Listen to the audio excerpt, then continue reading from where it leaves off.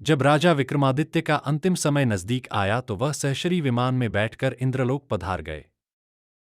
वह अपने जीवन के अंतिम दिनों में अंबावती नगर में रह रहे थे। उनके जाते ही पूरे अंबावती नगर में शोक की लहर दौड़ गई।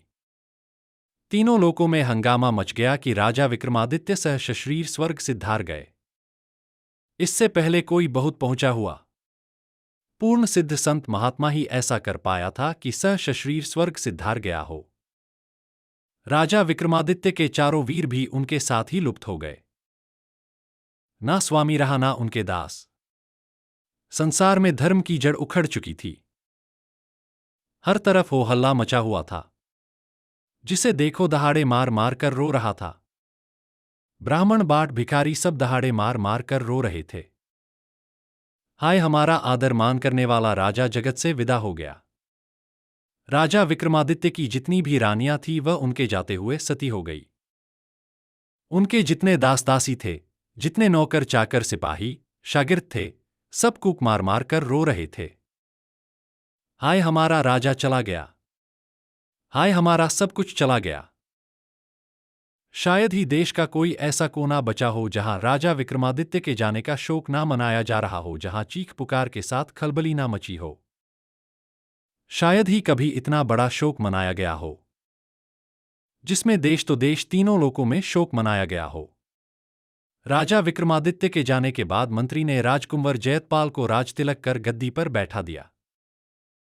कहा जाता है जिस दिन जयतपाल को गद्दी पर बैठाया गया उस रात जब वह सोए तो उनके स्वप्न में स्वयं राजा विक्रमादित्य आए और उन्हें उस सिंहासन पर बैठने से मना करते हुए कहने लगे, जो कोई मेरी तरह दान धर्म करता हो, जिसमें यह सभी गुण हो, वहीं इस सिंहासन पर विराजमान हो सकता है।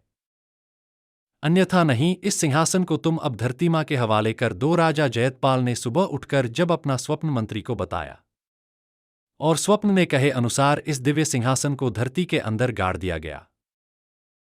32वीं पुतली कनक मंजरी ने जब इतनी कथा राजा भोज को सुनाई तो वह तुरंत उस सिंहासन से पीछे हट गए।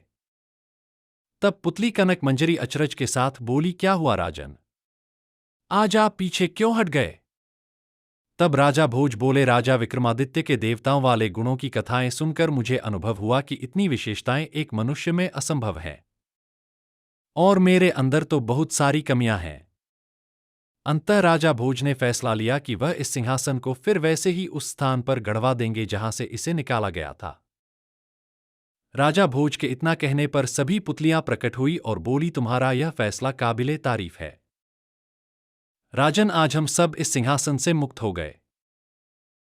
राजा भोज ने कहे अनुसार ज्यों का त्यों उस सिंहासन को धरती में गड़वा दिया। दोस्तों, यह थी सिंहासन 32 की कहानी और महान राजा विक्रमादित्य की संपूर्ण जीवन गाथा। उम्मीद है आपको यह कहानी पसंद आई होगी। कहानी में अंत तक जुड़े रहने के लिए आप सबका तहे दिल से धन्यवाद।